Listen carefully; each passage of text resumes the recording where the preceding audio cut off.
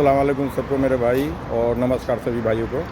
अच्छा, मैं ज़रूरी एक बात बता दूं आप लोगों को। यहाँ जब भी आप लोग नए लोग आ रहे हो ना, तो ये किसी को आप लोग आईडी अपना मत देना, ठीक है। जब तक आईडी नहीं है तो कोई दिक्कत नहीं है। पासपोर्ट का कॉपी भी जल्दी किसी को दो तो साइन मत करो। अगर आईडी बन जाता है ना तो उस पर भी साइन मत करो। मैं बता रहा हूँ, कई लोग अपना आईडी देकर साइन दे देते हैं। एक आदमी फंसा हुआ है, इंडिया का ही है, कर्नाटक का है, कई दिन से मेरे को कॉल कर रहा है, तरीका पूछ रहा है। उसको 14,000 दरहम उस पर बिलिंग आया है ये मोबाइल का।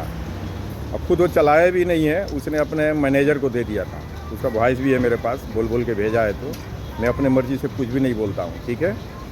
मैं बोला तुमने क्यों दिया दूसरे को सिम, अपना नाम का सिम तुम दूसरे को क्यों दिया बिलिंग वाला। 14 महीने में 14,000 उस पर आया है। मैं बोला कि 1 महीने में तुमको मैसेज आ गया होगा, पैसा भरो, उसी टाइम तुम क्यों नहीं रुकवाए। बोलता है सर वो मैनेजर था मेरा, वो बोलता था मैं भरूँगा, भरा ही नहीं। मैं बोला तब तुम जाके भरो। अभी रो रहा था, गा रहा था, सर कोई तरीका बताइए। हम बोले हम कौन सा तरीका बताएंगे, ये सब पहले सोचना चाहिए ना। इसलिए आप लोग भी बता रहा हूँ, नए हो चाहे पुराने जो भी हो भाई, किसी को सिम निकालने के लिए भी मत दो अपना आईडी, कहीं साइन मत करो। कोई भी कितना भी क्लोज हो, दोस्त हो, चाहे फोरमैन है, चाहे मैनेजर है, चाहे कुछ भी हो, वो अपने पर क्यों नहीं सिम निकाला कि आपसे मांग रहा है आईडी कोई। मान लो अभी तो उसने ये किया, यानी कि पेमेंट भरने वाला बात है, अगर कुछ गलत उस पर कुछ स्कैम कर देता तो कौन फंसेगा, आप ही लोग फंसेगा ना। मैं उससे पूछा कि जब आया होगा बिलिंग पहले महीने का 1,000 दरहम का, उस टाइम क्यों नहीं बंद कराया, क्यों नहीं मैनेजर से बोले तुम कि भाई पैसा आया भर दो, मेरा सिम मत चलाओ, आप मेरा वापस करो। बोलता है, वो बोलता था पाकिस्तान का था वो मैनेजर जो था उसका कंपनी का, उसका पूरा वॉइस है मेरे पास।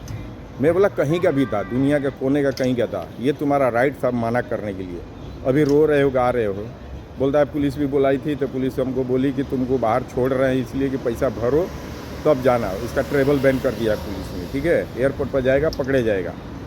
तो आप लोग से सबको बोल रहा हूँ, कोई भी आप लोग इधर आ रहे हो ना तो किसी को आईडी दो मत। अगर ज़रूरी से कंपनी में देना भी है ना तो साइन करने से पहले उसको पढ़ो कि लिखा क्या है। अगर पेपर के अंदर छुपा के ऊपर से लोग दबा देते हैं पेपर और नीचे रखते हैं ऐसे नाम वाला जगह पर, सिग्नेचर वाला जगह पर, बोलेंगे साइन करो, बोलो ऊपर का पेपर हटाओ सर, उस टाइम बात साबसी कर लो भले, लेकिन बाद में रोने से और ट्रेवल बैन होने से तो बचोगे, ठीक है। पुलिस यहाँ खोल के बात बोलती है सब कुछ, कि कोई भी चीज़ पर साइन करने से पहले 2 बार पढ़ो, समझो, तब साइन करो।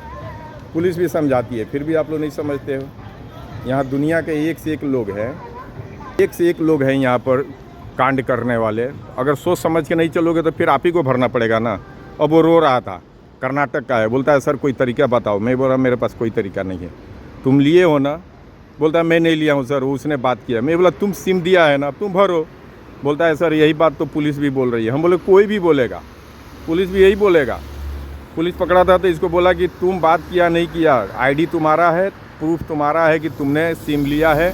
मंथली पर था वो, 14 महीना चलाया, 14,000 हुआ है। वो मैनेजर चला गया पाकिस्तान, अब भरना तो इसको पड़ेगा ना। 14,000 का मतलब इंडिया के 3.5 लाख रुपया हो गया।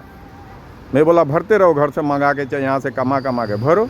बोलता है सर सैलरी बहुत कम है, 1,000 सैलरी है, कहाँ से भरूँगा। मैं बोला तो मैं क्या करूँ यार, इसमें गलती तुम की हो, मैं क्या कर सकता हूँ।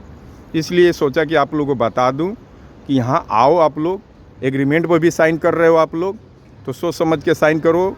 क्योंकि कुछ लोग चीटर होते हैं जो ना, वो लोग क्या करते हैं, उसके अंदर 2-3 पन्ने और एक्स्ट्रा रखते हैं वो लोग, सिम निकालने के लिए, चाहे लोन लेने के लिए, उसमें उसी टाइम साइन करा लेंगे एग्रीमेंट के टाइम में ही, आपको पता भी नहीं रहेगा। इसलिए पेपर एक एक हटा के पढ़ो, ऐसे दबा के वो लोग छुपा के साइन कराएंगे ना, मत करो, ठीक है। अगर आपके साथ गलत करता है तो सीधा, नया हो चाहे पुराने हो, सीधा पुलिस को कंप्लेन करो।